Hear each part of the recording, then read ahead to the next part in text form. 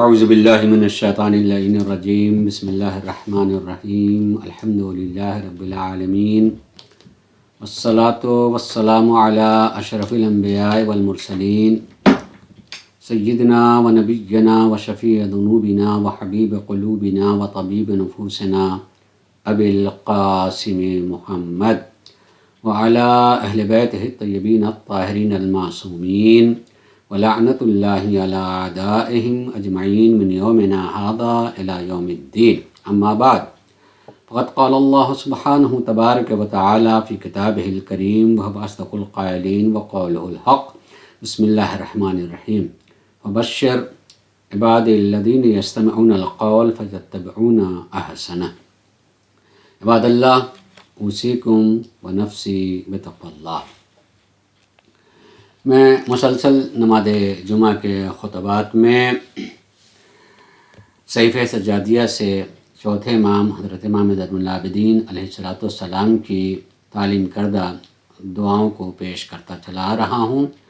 اور ماہ محرم کے آغاز سے پہلے ذی الحجہ کے آخری جمعہ میں نے دعا نمبر 29 کو شروع کیا تھا، اور یہ 29 نمبر کی دعا روزی کی تنگی سے متعلق ہے. میں نے ذکر کیا تھا کہ روزی کا مسئلہ ایک ہمہ گیر مسئلہ ہے. ہمہ گیر مسئلہ یعنی ہر انسان اپنی اپنی حیثیت سے روزی سے متعلق کچھ نہ کچھ خیال رکھتا ہے، اپنی پریشانی کا اظہار کرتا ہے، اور ہر آدمی کو اپنے روزی اور رزق میں کمی ہی کا احساس ہوتا ہے، اور وہ چاہتا ہے کہ اس کا رزق اور بڑھتا چلا جائے. میں نے بارہا یہ بات کہی ہے کہ معصومین علیہ السلام نے اپنی دعاؤں میں بہت ساری تعلیمات بھی دی ہیں. ہم معمولاً اس طرح کی دعاؤں کو اس عنوان سے سنتے ہیں یا سننا چاہتے ہیں، پڑھتے ہیں یا پڑھنا چاہتے ہیں، یا ہم کسی کو بتانا چاہتے ہیں تو یہ کہ اگر آپ یہ دعا پڑھیے گا تو آپ کے رزق میں اضافہ ہوگا یا رزق میں برکت ہوگی. لیکن اگر ان دعاؤں کے جملوں کا ترجمہ کیا جائے اور اس کو سمجھیں اپنی زبان میں، تو ان میں بہت ساری تعلیمات ہیں اس بات کی طرف کہ شاید ہمارا ایمان رزق کے سلسلے میں کمزور ہے، اسی لیے ہم پریشان ہوتے ہیں. بلکہ خالی رزق ہی کے سلسلے میں نہیں، کلی طور پر ہمارا ایمان جیسا ہونا چاہیے اس طرح کا ایمان نہیں. ایمانی درجات کے اعتبار سے ہم بہت ہی نیچے درجے پہ ہیں. جتنا ہمارا ایمان محکم مضبوط ہوتا چلا جائے گا، ہم میں اتنا ہی اطمینان بھی آتا چلا جائے گا. اس لیے میں آج جو حصے اور جو جملے باقی رہ گئے ہیں دعا کے میں پڑھ رہا ہوں اور اس کے ترجمہ کر رہا ہوں تاکہ بات واضح ہو کہ معصوم دعا میں کیا تعلیم فرما رہے ہیں. مثلاً یہ جملہ امام کا کہ فصل علی محمد وآلہ وہب لنا یقینا صادقا تکفینا بہ من مؤونۃ الطلب. دیکھیے دعا کر رہے ہیں، پروردگارہ ہمیں یقین صادق عنایت فرما. اے معبود تو ہمیں یقین صادق عنایت فرما، کہ جس یقین صادق کی بنیاد پر ہمیں طلب کی سختی سے اور اس کے رنج سے، طلب کے رنج سے حفاظت مل سکے. رزق طلب کے سلسلے میں دیکھیے ایک طلب ہے ہمارا دعا کرنا، اللہ سے مانگنا، اور ایک طلب ہے اس کے لیے محنت کرنا، مشقت کرنا، کہ ہم اتنی محنت کریں اور اتنا ٹائم لگائیں تو مطلب ہمیں یہ رزق مل جائے گا. اگر یقین صادق ہو، سچا یقین ہو کہ اللہ تبارک و تعالی نے ہم سے وعدہ کیا ہے کہ ہم تمہارا رزق تم تک پہنچائیں گے، اس لیے کہ اس نے ہماری زندگی معین کی ہے، موت کا دن معین کر رکھا ہے، اور جب موت کا دن آئے گا تو چاہے جتنی چیزیں میرے پاس ہوں وہ کوئی چیز بھی میرے کام نہیں آئے گی.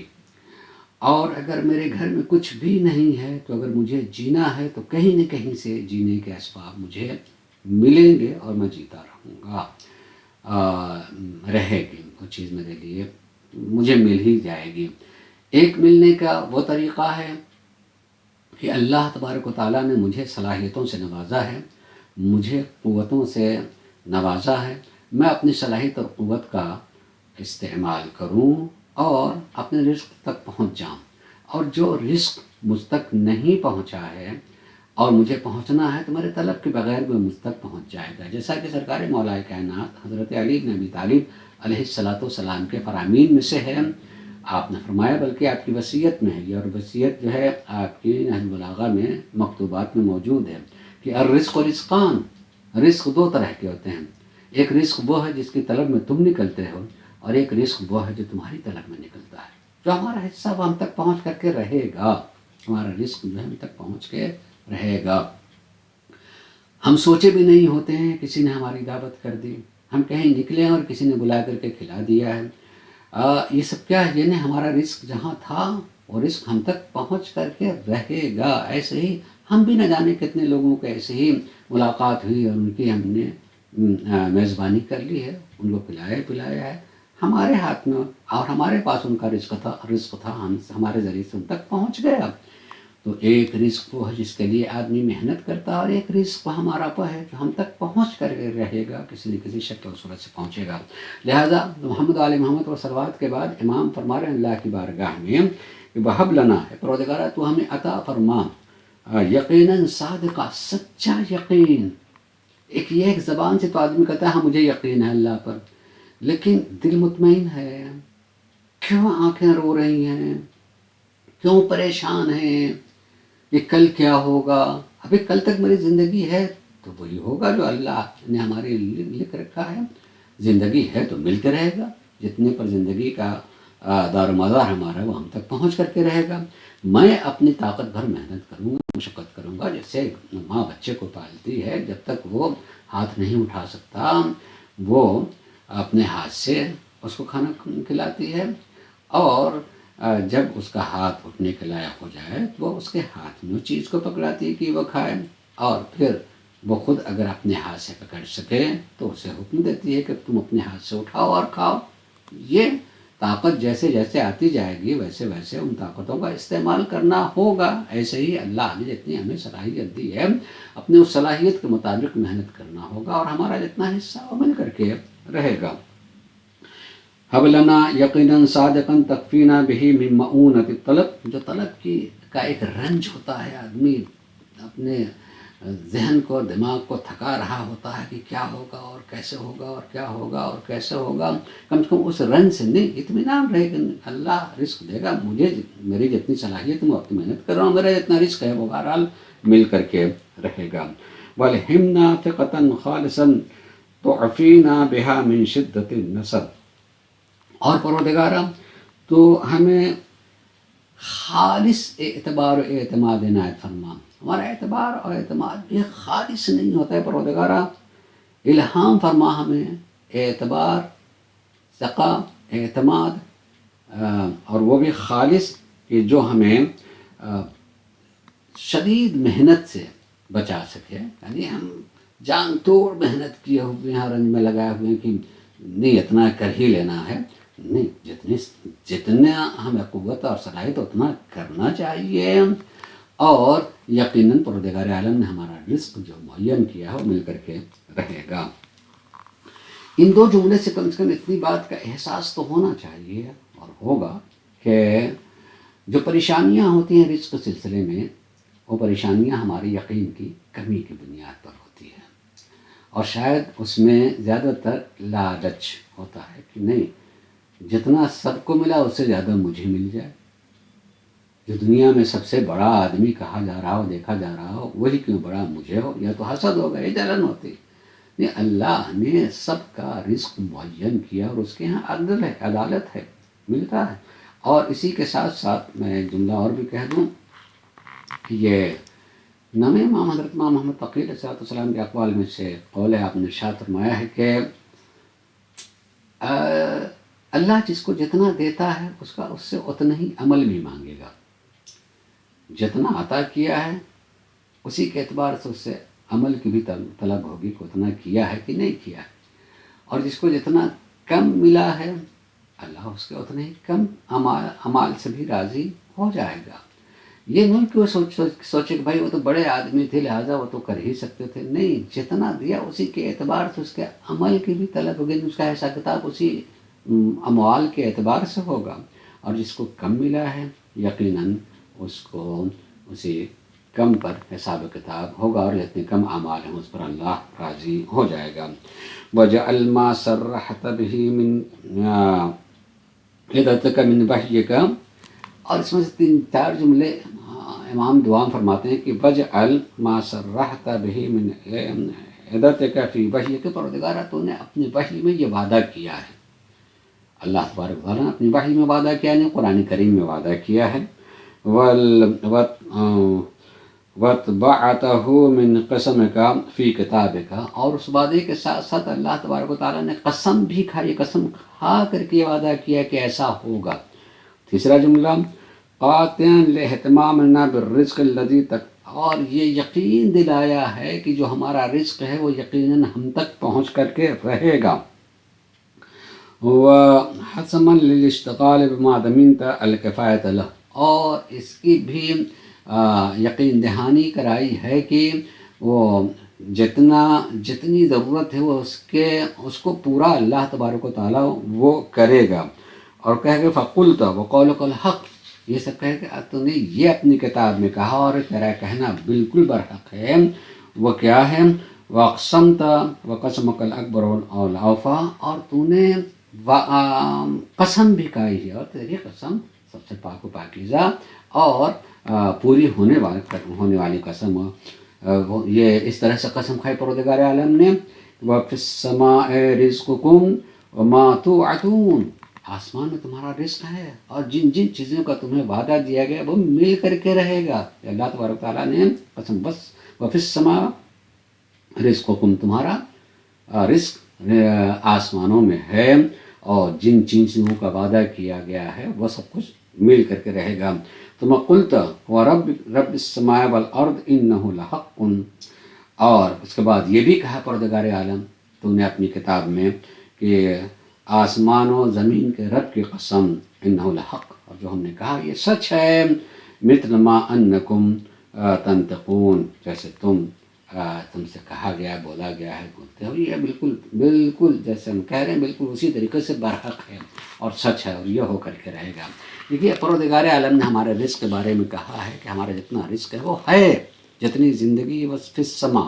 زمین آسمان میں تمہارا رزق ہے اور تم تک پہنچ کر کے رہے گا، تم محنت کر کے اس تک پہنچے گا، اور جہاں تک تم نہیں پہنچے گا وہ تم تک پہنچ جائے گا، پہنچ کر کے رہے گا۔ یہ ہمارا یقین اگر ہو جائے اور سچا یقین ہو جائے، اعتبار و اعتماد پیدا ہو جائے، تو یقینی معنوں میں ہمیں جو زحمت ہوتی ہے، جو پریشانی ہوتی ہے طلب کے لیے، پریشان رہتا ہے آدمی کہ کیا ہوگا اور کیسے ہوگا، راتوں کی نیند اڑ جاتی ہے، دن بھر پریشان رہا کرتا ہے، عقل جو ہے صحیح کام نہیں کر رہتی، سوچ کر کے کہ میرے بچوں کا کیا ہوگا، میرا کیا ہوگا، پھر فیس کیسے بھری جائے گی، اور وہ چیز کا کیسے ادا ہوگا، ہم نے اس چیز کے لیے کیسے ادا ہوگا۔ یقیناً یا تو انسان نے جتنا کرنا چاہے اس سے زیادہ، جتنی چادر تھی اس سے زیادہ پاؤں پھیلا لیا ہے، یا یہ کہ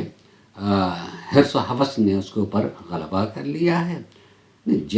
جتنے سے ہماری ضرورت پوری ہوتی چلی جائے گی، اس سے زیادہ ہماری ضرورت پروردگار عالم عطا کرتا چلا جائے گا۔ ہاں، اس سلسلے میں یہ چیز جاننے کی ضرورت ہے اور ہمیں اس طرف غور کرنا چاہیے کہ کیا ہم ہاتھوں پہ ہاتھ رکھ کر کے بیٹھ جائیں؟ نہیں، قطعاً نہیں۔ اللہ نے جب ہاتھ پاؤں دیے ہیں، ذہن دیے ہیں، آنکھ دی ہے تو آنکھ دی ہے تو دیکھنا چاہیے، زبان دی ہے تو بولنا چاہیے، پاؤں دیے تو چلنا چاہیے، بغیر چلے ہوئے آدمی منزل تک نہیں پہنچ سکتا ہے۔ خالی یہ کہنا کہ یقین ہو کہ ہمیں جتنا چلنا ہے چلنا چاہیے، اور جہاں تک ہم نہیں چل سکتے ہیں پروردگار عالم سب تک پہنچانے کی قوت عطا کرے گا۔ اس نے وعدہ کیا ہے کہ وہاں تک تمہیں پہنچانا ہے، ہم تمہیں پہنچا کے رہیں گے، تو ہم چلیں، پہنچانے والا وہ ہے۔ ایسے ہی رزق کے سلسلے میں بھی انسان اپنی محنت بھر محنت کرے گا، ہماری جتنی ضرورت ہے وہ ہماری ضرورت پروردگار عالم پورا کرے گا۔ ایک آدمی کو زیادہ مل سکتا ہے، اس کا امتحان زیادہ ہے. ایک آدمی کو زیادہ مل جائے، ہو سکتا ہے کہ وہ کسی پہ خرچ نہ کرے، حتیٰ کہ اپنی ذات پہ بھی خرچ نہ کرے، بس جمع کرتا چلا جا رہا ہے. لالچ ہے حاصل کر لینے کی، اور دل بہت چھوٹا ہے، ہاتھ بہت چھوٹا ہے کسی کو عطا کرنے کی.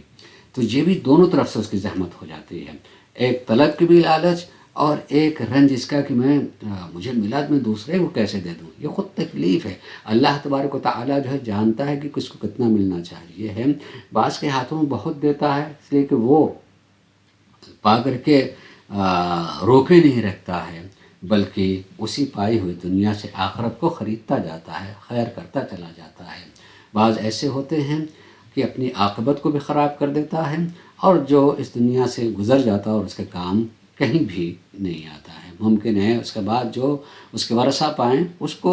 برائیوں میں خرچ کریں، تو برائیوں میں خرچ کرنے کی بنیاد پر وہ اس کی برائیوں کا جو بدلہ ملے گا اس جمع ہی کرنے والے کے حق میں جائے گا. اور اگر ان پائے ہو اس بچے ہوئے مال سے، ملے ہوئے مال سے ورثہ اگر نیک کام کرے گا تو اس نے گویا خود کیا ہے نیک کام. اسی مال سے نیکی اس کے حق میں، برائی اس کے حق میں چلی جائے گی. اس لیے ہم سے یہ بات کہا گیا ہے کہ نہیں،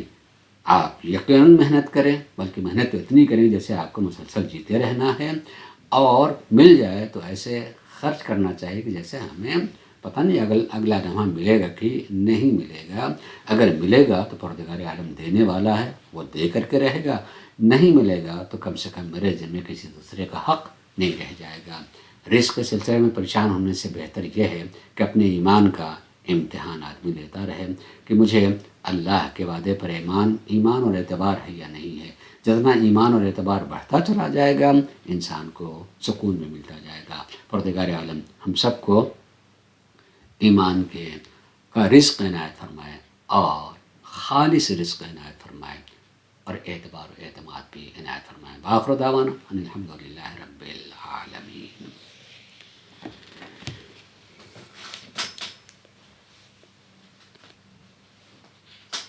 اللہ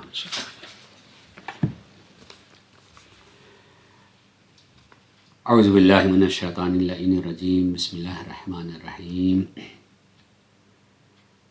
الحمدللہ رب العالمین، والصلاة والسلام علی اشرف الانبیاء والمرسلین، سیدنا و نبینا و شفیع ذنوبنا و حبیب قلوبنا و طبیب نفوسنا ابی القاسم محمد، والصلاة والسلام علی سید الاوصیاء علی بن ابی طالب، ثم الصلاة والسلام علی سیدۃ نساء العالمین فاطمۃ الزہراء، ثم الصلاة والسلام علی حسن بن علی المجتبی، ثم الصلاة والسلام علی حسین بن علی الشہید بکربلاء، ثم الصلاة والسلام علی علی بن الحسین زین العابدین، ثم الصلاة والسلام علی محمد بن علی باقر علم النبیین، ثم الصلاة والسلام علی جعفر بن محمد الصادق الامین، ثم الصلاة والسلام علی موسیٰ بن جعفر الکاظم، ثم الصلاة والسلام علی علی بن موسیٰ الرضا، ثم الصلاة والسلام علی محمد بن علی التقی الجواد،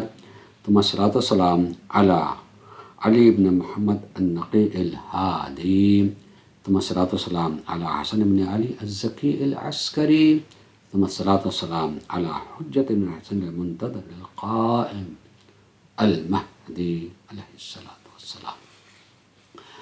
اما بعد، فقد قال اللہ سبحانہ تبارک و تعالی فی کتابہ الکریم وهو اصدق القائلین وقولہ الحق. بسم اللہ الرحمن الرحیم. الف لام میم. احسب الناس ان یترکوا ان یقولوا آمنا وهم لا یفتنون. عباد اللہ، اوصیکم ونفسی بتقوی اللہ. دوسرے خطبے میں نسبتاً اختصار کے ساتھ عرض کرنا ہے کہ ماہ محرم مسلسل اور عظیم مناسبتوں کو اپنے دامن میں لیے ہوئے ہیں، اور خود ماہ محرم ایک کھلی یونیورسٹی بھی ہے، اور ایک کھلی کتاب زندگی بھی ہے۔ میں نے ذی الحجہ کے آخری جمعے میں یہ بات دوسرے خطبے میں کہی تھی کہ ماہ محرم آ رہا ہے اور ہم سب اس عزا کی یونیورسٹی میں خاتون جنت حضرت فاطمہ الزہرا سلام اللہ علیہا کے ہاتھوں بنائی گئی اس درسگاہ میں داخل ہونے جا رہے ہیں۔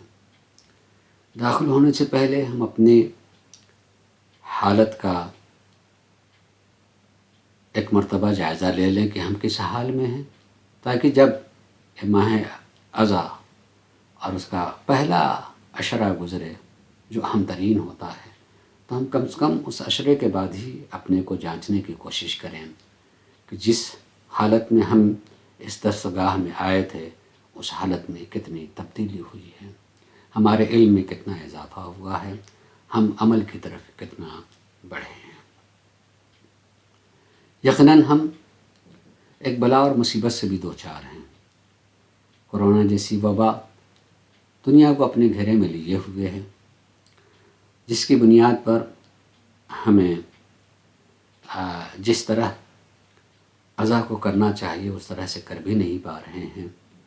اور یہ بدنصیبی رہی ہمارے اس ادارے میں کہ پہلے ہی عشرے کے بعد کچھ ایسے کیس مل گئے جس کی بنیاد پر ہمیں پھر سے ادارہ بند کرنا پڑا۔ بہت ساری تاکید کی گئی تھی کہ لوگ احتیاط کریں، اور امید ہے کہ احتیاط کی بھی ہوگی، لیکن بہرحال بعض لوگ ایسے ہوتے ہیں جو جیسے احتیاط کرنا چاہیے ویسے احتیاط نہیں کر پاتے یا نہیں کرتے ہیں، اور اس کا نتیجہ سامنے آتا ہے۔ بہرحال جیسے بھی ہوا ہو،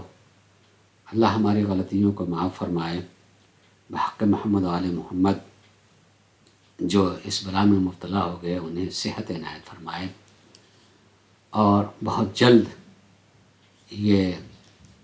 رزق، یہ دولت عزا ہمیں پھر عطا ہو اور ہم یہاں آئیں اور اس عہد و پیمان کے ساتھ میں آئیں کہ ہم احتیاط کے ساتھ بڑی خوش اسلوبی سے سید الشہداء کی عزاداری کو مناتے رہیں گے۔ عزیزوں، مصائب اور مشکلات میں اعمال کی طرف بھی متوجہ ہونا اگر دیکھنا ہو تو کربلا ہی سے